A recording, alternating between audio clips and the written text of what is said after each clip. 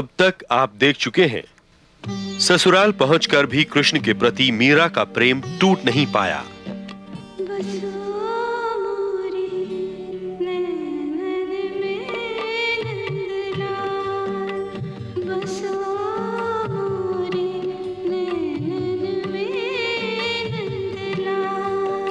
अगर ये स्वामी हैं, तो मैं क्या हूं? आप हमारे सांसारिक पति हैं और ये हमारी आत्मा के स्वामी। बहुभोज के समय मीरा को पशु बलि का मांस पकाने के लिए कहा गया। हमारी रसोई में मांस नहीं पकेगा। ये तो महाप्रसाद का अनादर है भाभी। महाप्रसाद अभी बना कहाँ है? जो हम बनाएंगे वही महाप्रसाद होगा। आप इस घर में आई हैं, आप यहाँ के रीति रिवाज नहीं बदल सकती। ये तो हलवा है। जी महाराज, यही महाप्रसाद है। क्रोधित ना हो महाराज, आप कुलगुरु हैं। हिंसा को पूजा का नाम देकर पूजा को कलंकित ना करें। अब हम एक पल भी यहां नहीं रुकेंगे।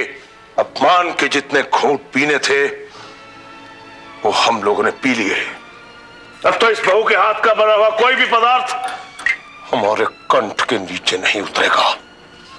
चलिए। अब आगे। अपमान, घोर अपमान, हाथ पर बुलाकर तिरस्कार किया गया, आज्ञा का पालन ना करके कुतर्क किया गया और हम बेबस होकर चले आए। महंत होकर तुरंत निकाल दिया। बंद कर दो ये दिए, उतार दो ये घंटियां। आज से इस मंदिर में पूजा नहीं होगी। आज से मेवाड़ के महल पर से तेरी मां की कृपा के द्वार बंद।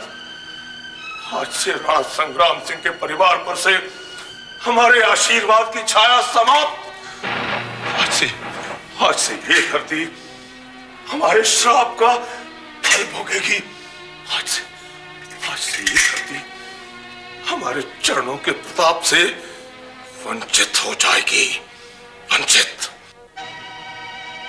मीरा महन जी से कुतर्क करती रही और आप चुपचाप खड़े सुनते रहे, एक शब्द भी नहीं कहा। क्यों? महारानी, हमें लगा कि जो अनुचित था मीरा ने वही नहीं माना। क्या पशु बलि अनुचित है? क्या महाभोज अनुचित है? महाराज, पहले तो आप भी ये सब मानते चले आ रहे थे, अब अचानक इतना परिवर्तन क्यों? महारानी, मीरा के तर्कों से हमें लगा कि हम डूबते हुए सूरज को उगता हुआ सूरज मानने की भूल कर रहे थे। जिसे आप भूल कह रहे हैं वो शताब्दियों से हमारे घराने की परंपरा रही है। महाराज, मीरा को इतनी ढील मत दीजिए। क्यों बड़ों के सम्मान की डोर काट डाले? और फिर भी आप उसकी धृष्टता सहन करने के लिए तैयार हैं? तो भी मैं उसका विरोध करूंगी। मैं उसका विरोध करूंगी। विश्वा जी, आप? राणा जी, शीघ्र चलिए। महंत जी को रोकिए, वो मेवाड़ छोड़कर जा रहे हैं। मेवाड़ छोड़कर जा रहे हैं? मुझे यही डर था महाराज, मुझे यही डर था। उदंडता का साथ देने से आशीर्वाद छिन जाते हैं। अब आप सोच क्या रहे हैं? चाहिए। महाराज, शीघ्र चलिए। चलिए चलिए।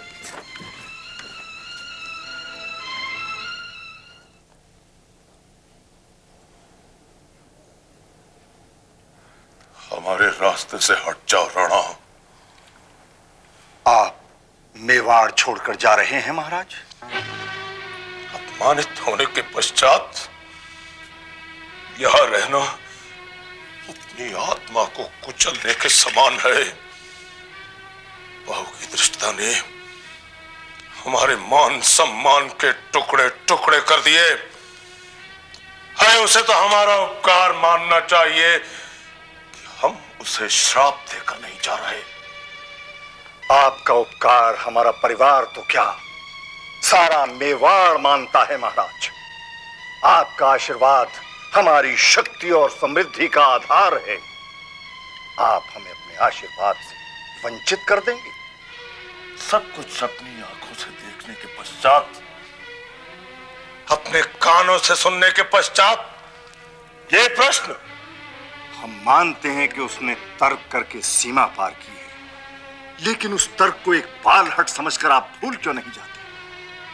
उसने जो कुछ कहा वो उसकी मान्यता थी, और फिर पराये देश में भेष बदलने में समय भी तो लगता है महाराज।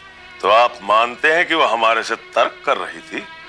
वो तर्क कर रही थी, हम मानते हैं, और बहू की तरफ से हम आपसे क्षमा मांगते हैं। आप क्यों? क्योंकि मीरा को बहू बनाने का निर्णय हमने लिया था महाराज। हम आज आपको एक और बात बताना चाहेंगे। मीरा को बहू बनाने का उद्देश्य केवल भोज का विवाह करना नहीं है, बल्कि मेड़ता और मेवाड़ की शक्ति को विदेशियों की शक्ति के विरुद्ध एकजुट करना है। राणा जी सही कह रहे हैं महाराज। हम एक पंथ दो काज करना चाहते थे महाराज, इसीलिए हमने यह संबंध स्थापित किया। इस कार्य के लिए हमें आपका आशीर्वाद और सहयोग चाहिए। यदि आप यूं मेवाड़ त्याग कर चले जाएंगे तो हम जीवन भर अपराध भावना से ग्रसित रहेंगे। बहू के किसी तर्क से यदि आपके हृदय को ठेस पहुंची हो तो हम एक बार फिर क्षमा मांगते हैं। आपके क्षमा मांगने से न तो हमारा क्रोध कम होगा और न ही पाप समाप्त होगा। तो फिर सबके समक्ष बहू हमसे क्षमा मांगेगी, तभी हमारा क्रोध और देवी का प्रकोप रुक सकता है। आप हमें महंत जी से क्षमा मांगने के लिए कह रहे हैं? बहू वो जिद पर आ गए हैं। यदि उनसे क्षमा याचना न की गई तो वो मेवाड़ छोड़कर चले जाएंगे। हम जानते हैं बहू, तुमने जो कुछ भी कहा वो सत्य है, परंतु वो हमारे कुलगुरु हैं, हम उन्हें नाराज नहीं कर सकते। एक बात और है बहू। वो कौन सी? यदि वो यहां से चले गए तो जो बात आप उन्हें समझाना चाहती हैं वो समझ नहीं पाएंगे, और यदि वो यहां रहे तो हो सकता है जो बात आप समझाना चाहती हैं आपके व्यवहार से वो आपके पक्ष में हो जाए। जगत में कभी कभी सही होते हुए भी झुकना पड़ता है। चलिए हम क्षमा मांग लेते हैं।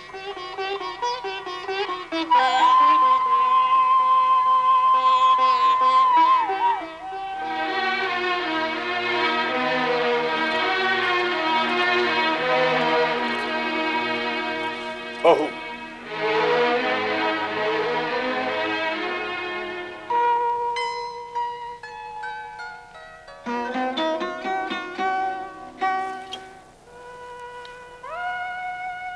हमारे तर्क ने, हमारे शब्दों ने आपका दिल दुखाया। हम क्षमा चाहते हैं। हम कितने भाग्यशाली हैं, आपने हमें क्षमा का अवसर दिया।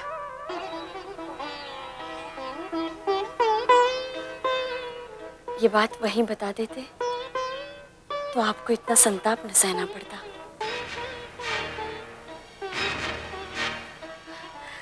हम बहुत छोटे हैं, एक बार क्या बार बार क्षमा मांगेंगे। आपने हमें क्षमा कर दिया ना?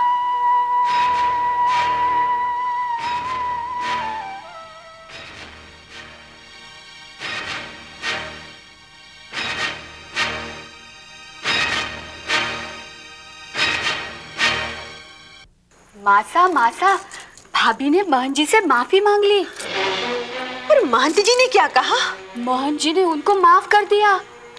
बाबा साहब, पुरोहित जी सब ने उनकी प्रशंसा की। मैंने स्वयं देखा। ढोंग है ढोंग। मैंने तो कभी सोचा भी नहीं था कि जिसे हम फौज के लिए ब्याह कर ला रहे हैं वो इतनी दुष्ट और पाखंडी है। तुम लोग तो कृष्णा को ब्याहने गए थे ना, और उठा लाए उस निर्लज्ज और मर्यादाहीन को। मजबूरी थी मासा, मजबूरी। क्योंकि बाबा साहब इस बात के लिए हट करने लगे थे कि उन्हें भोज के लिए मीरा ही चाहिए। विपत्ति मोल ले ली हमने। अब हमें इस बात का ध्यान रखना है कि मीरा भोज को अपने हाथों में ना ले ले। भाई साहब, पर उसने तो ऐसा जादू कर दिया है कि उनका चित्र बनाकर कक्ष की शोभा बढ़ा दी है। हमें सावधान रहना होगा। हाँ मासा, ठीक कहा आपने। अब मुझे ही कुछ ना कुछ करना होगा। एक बात बताइए, जेठ जी आपसे बड़े हैं, उनकी पत्नी इस महल में नहीं रहती? उनकी पत्नी का देहांत हो गया है और दूसरा विवाह उन्होंने किया नहीं। क्यों? मन टूट गया है शायद। और रही उदा, तो वो क्षमा कर दीजिए, मुझे क्षमा कर दीजिए। कौन है ये? अरे अरे, मुझे नहीं पहचाना? हाय रे भाग्य, जिसके नाम की मैंने माला जपी, जिसके रूप को देखने के लिए मैं तरस गया और इतनी दूर से आया, उसे नहीं पहचाना? नहीं तो? अरे मैं आपका संबंधी, आपका नातेदार, आपका चहेता, अपने पति से इतना डरती क्यों है? मुझे अपना लीजिए। अरे अच्छा एक बात सच सच बताइए, यदि आपका स्वयंवर होता तो क्या आप वरमाला मेरे गले में ना पहनाती, मेरी सुंदरता के कारण? चुप रहो। झूठा क्रोध त्याग कर मुझे अपनी कृपा का पात्र बना लीजिए, मेरी आपसे बस यही प्रार्थना है। ये कौन है?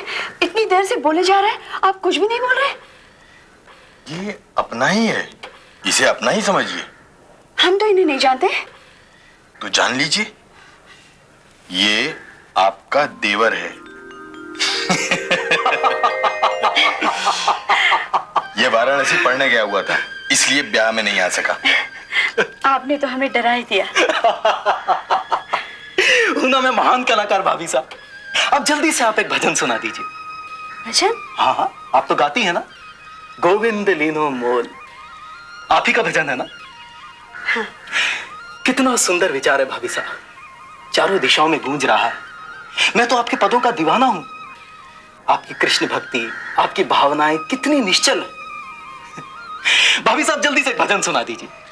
वो बाद में सुनना, पहले बाबा साहब के चरण स्पर्श करके आओ। चलो। भाभी साहब मेरा इंतजार करिएगा, मैं अभी आता हूं।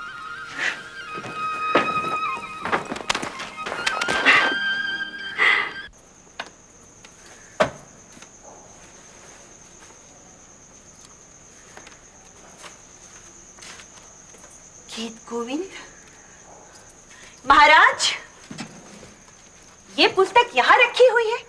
आपने तो कहा था कि आपने इसे नष्ट करवा दिया है। नहीं महारानी, हमने इसे संभाल कर रखवा दिया था। सोचा शायद इसे समझने वाला कोई मिल जाए। जो इसे समझ लेगा ना भटक जाएगा। जाओ जाकर दयाराम को बुला कर लाओ। आप करना क्या चाहती हैं? जो आप नहीं कर सके, आज मैं इसे नष्ट करवा दूंगी। नहीं महारानी, इसे वहीं रखवा दीजिए। आप तो इसके पीछे ही पड़ गई हैं। ये असभ्यता की कुंजी है महाराज। नहीं महारानी, गीत गोविंद महाकवि जयदेव की रचना है और ये पुस्तक उसकी टीका है, जो हमारे कुल की एक विदुषी महिला ने लिखी है। महाराज, इसे छू लेना भी अपने आप को मैला करना है।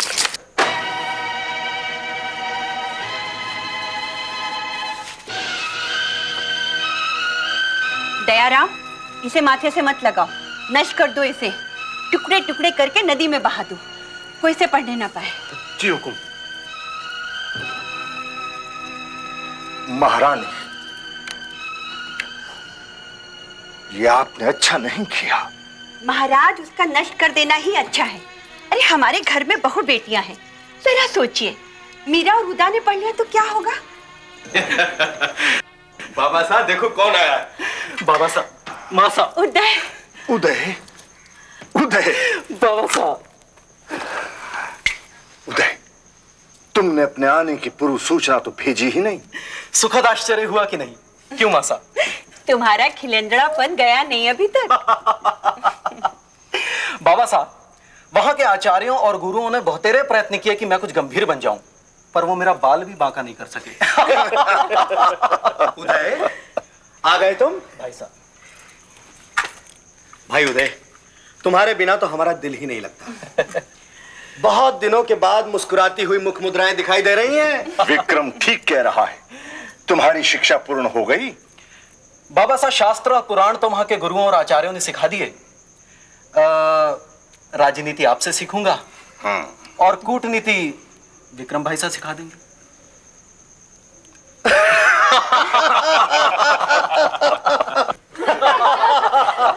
भाई साहब, अरे हुदा, कैसी हो मेरी बहन?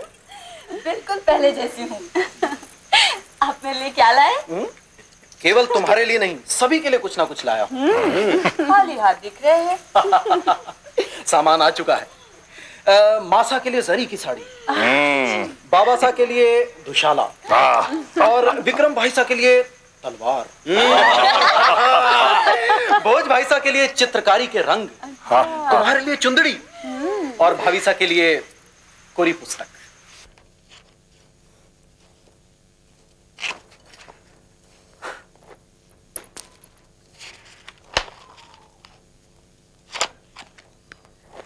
ये तो कोरी है। इसे आप भरेंगी भाभी साहब। आपके भजन यूं ही हवा में गुम होकर रह जाएं, ये तो अच्छा नहीं है ना। आगे आने वाली पीढ़ी को आपका संदेश मिलते रहना चाहिए या नहीं? लेकिन हम सोच समझ कर थोड़ी ही गाते हैं कि स्मरण रखें। इसे लिखेंगे कैसे? मैं हूं ना भाभी साहब, मैं लिखूंगा। मैं भी लिखूंगी। भाभी साहब, आप शायद जानती नहीं है कि आपके गीतों की गूंज कहां तक पहुंची हुई है। लोग बात इस बात पर विश्वास ही नहीं करते कि आप मेवाड़ के राज परिवार की बहू हैं। वो तो समझते हैं कि आप सन्यासिनी हैं, कृष्ण की दीवानी हैं, श्वेत वस्त्र धारण किए हुए हैं। हम तो हैं ही दीवाने, मन से संन्यास लिया हुआ है, लेकिन शरीर है तो समाज भी है। हम अपना कर्तव्य निभा रहे हैं।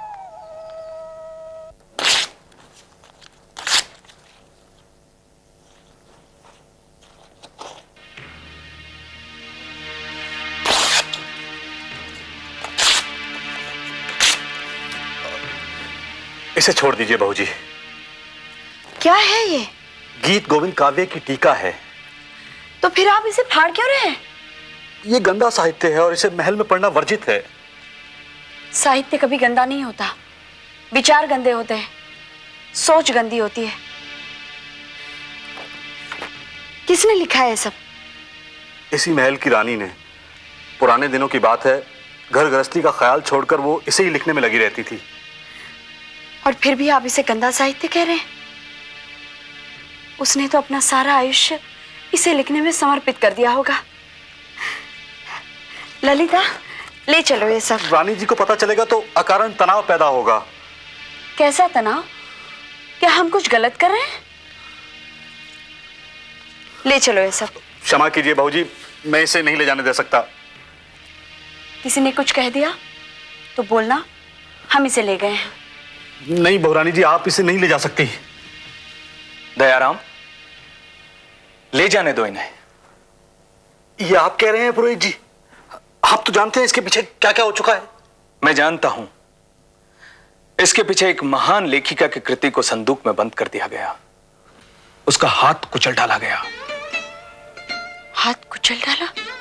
हां बहुरानी, उसे काल कोठरी में बंद कर दिया गया, किंतु वो भी हठी थी। बाएं हाथ से लिखती रही, जिंदगी भर लिखती रही। ऐसी लगन। अब तो हम इसे जरूर पढ़ेंगे। ललिता, ले चलो ये सब। वो भी ले लो।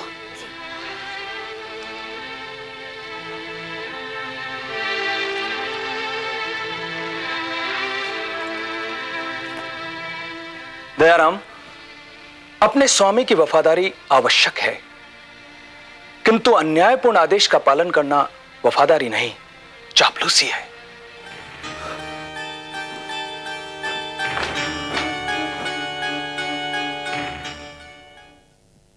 रानी जी की जय हो। बेपन्ने नष्ट कर दिया आपने? जी नहीं। क्यों? बहुरानी ले गई। ओ, तो जौहरी ने हीरे की पहचान कर ही ली। उदय, चुप रहो तुम। आपने उसे ले जाने क्यों दिया? मैंने रोका। मैंने कहा ये यहाँ पढ़ने पर रोक है, मगर वो नहीं मानी। ऊपर से पुरोहित जी ने भी उन्हीं का पक्ष लिया। ये मीरा पता नहीं क्या क्या करेगी। तुम जाओ, जाकर विक्रम से कहो कि मुझसे आकर तुरंत मिले। इस घर की मान मर्यादा का उत्तरदायित्व मुझ पर है और मैं अपने उत्तरदायित्व से पीछे नहीं हटूंगी। मुझे मीरा को रोकना होगा, मीरा को रोकना ही होगा।